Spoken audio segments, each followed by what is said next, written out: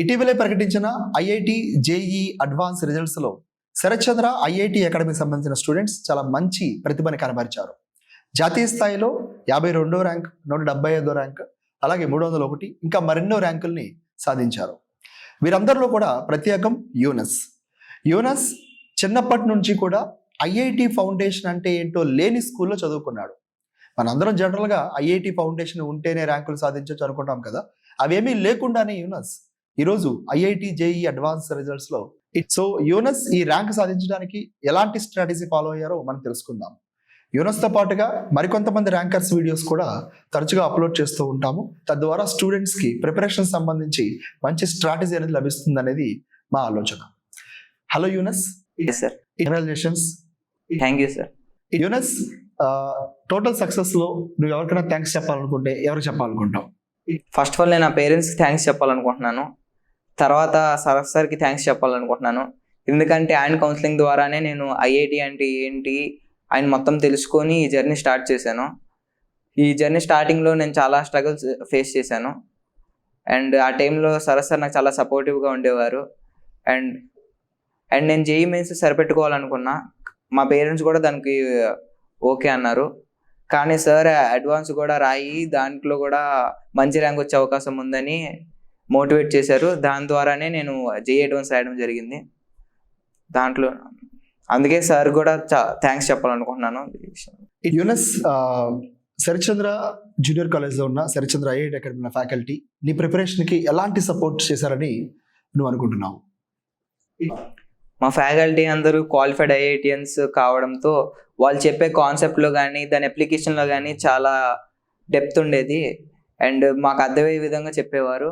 And తరచుగా notes check చేయడం, error notes రాయించడం, ప్రతి వీకెండ్లో మమ్మల్ని కరెక్ట్ చేయడం ఇలా చేసేవాళ్ళు. సో ఫ్యాకల్టీ కూడా చాలా ఇంపార్టెంట్ రోల్ ప్లే చేశారు.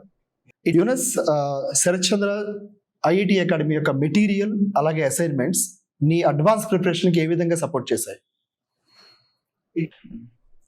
మెటీరియల్స్లో చాలా ఎగ్జాంపుల్స్ ఉండేవి. ఆ ఎగ్జాంపుల్స్ చేస్తున్నప్పుడు ఆ కాన్సెప్ట్ పైన పర్టికులర్ ఐడియా ఇంకా పెరిగేది.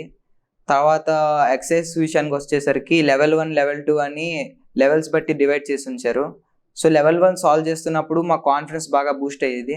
దాని ద్వారా మేము లెవెల్ 2 సాల్వ్ చేసి దాని తర్వాత ప్రీవియస్ ఇయర్ క్వశ్చన్స్ అలాగా సాల్వ్ చేసుకుంటూ ఉండేవాళ్ళం. అది బాగా హెల్ప్ అయింది.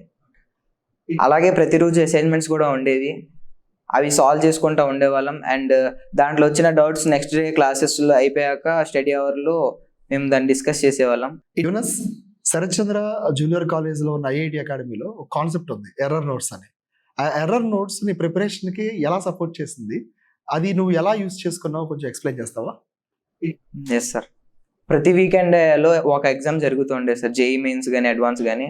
దాంట్లో వచ్చిన తప్పులు అంటే మేము ఎర్రర్ చేసి ఉంటాం కదా క్వశ్చన్స్ సాల్వింగ్లో, ఆ క్వశ్చన్స్ని మళ్ళీ మేము దాని తర్వాత రోజు కీ చూసుకున్నాక ఫ్యాకల్టీ పేపర్ డిస్కషన్ అయ్యాక తర్వాత అలా నోట్ చేసుకొని ప్రతి క్వశ్చన్ అలా నోట్ చేసుకొని నెక్స్ట్ జరగబోయే ఎగ్జామ్ ముందు ఒకసారి రివైజ్ చేసేవాళ్ళం. అంటే ఒకసారి చేసిన తప్పు నెక్స్ట్ టైం రిపీట్ చేయకూడదని అలా ఒక ఎర్రర్ నోట్స్ అనేది మెయింటైన్ చేసేవాళ్ళం.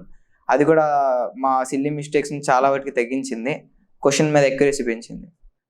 యూనస్, టాపర్స్ ఎవరైతే ఉన్నారో వాళ్ళతో మాట్లాడేప్పుడు చెప్తూ ఉండేవాళ్ళు ఒక్కొక్కసారి బాగా లో ఫీల్ అయ్యేవాళ్ళం సార్ అని చెప్పి.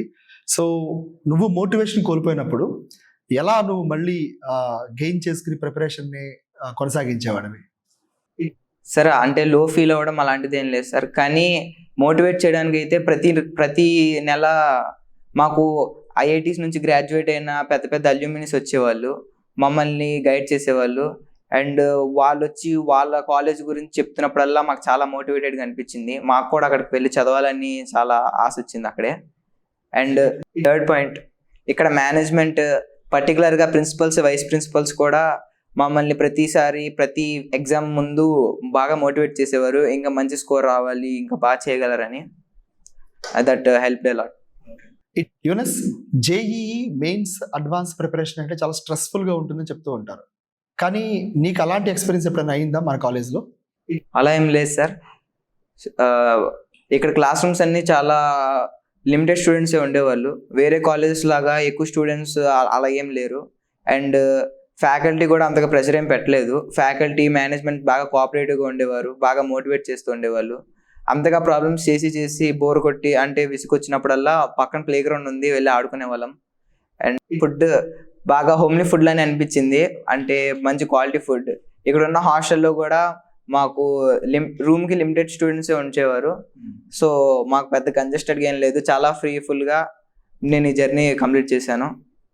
ఈ జర్నీని బాగా ఎంజాయ్ చేశాను. ఇది యూనస్ యొక్క ప్రిపరేషన్ స్ట్రాటజీ. సో తను కష్టపడి చదువుకున్నాడు. ఐఐటి ఫౌండేషన్ స్కూల్ లెవెల్లో లేకపోయినప్పటికీ కూడా మంచి ర్యాంక్ సాధిద్దాం అనుకున్న స్టూడెంట్స్ అందరికీ కూడా మొహమ్మద్ యూనస్ మంచి ఎగ్జాంపుల్గా నిలుస్తాడు. అలాగే మనం ఇక్కడ గుర్తుపెట్టుకోవాల్సింది ఏంటంటే, మీరు నిజంగా మంచి ఐఐటి ర్యాంక్ సాధిద్దాం అనుకుంటే కనుక బేసిక్స్ నుంచి మేము ఇక్కడ స్టూడెంట్స్ని ట్రైన్ చేసుకుంటూ, అలాగే వాళ్ళ యొక్క ప్రిపరేషన్ తగ్గట్టుగా లెవెల్ 1 లెవెల్ 2 అని చెప్పి ప్రాబ్లమ్స్ సాల్వ్ చేయించుకుంటూ కాన్ఫిడెన్స్ బిల్డ్ అయిన తర్వాత మనం వాళ్ళతో టఫెస్ట్ ప్రాబ్లమ్స్ చేపిస్తూ ఉంటాము. సో స్టూడెంట్కి తగ్గట్టుగా మనం ఆ ప్రిపరేషన్ స్ట్రాటజీని కస్టమైజ్ చేసి మనం ముందుకు తీసుకువెళ్తాము. ఎప్పుడైతే students IIT JEE exam prepare అవుతున్నారో వారందరికీ కూడా ఆల్ ద వెరీ బెస్ట్. మీకు ప్రిపరేషన్ సంబంధించి ఎలాంటి డౌట్స్ ఉన్నా సరే మీరు హ్యాపీగా కాంటాక్ట్ అవ్వండి. Will definitely help you. Thank you so much and జై హింద్.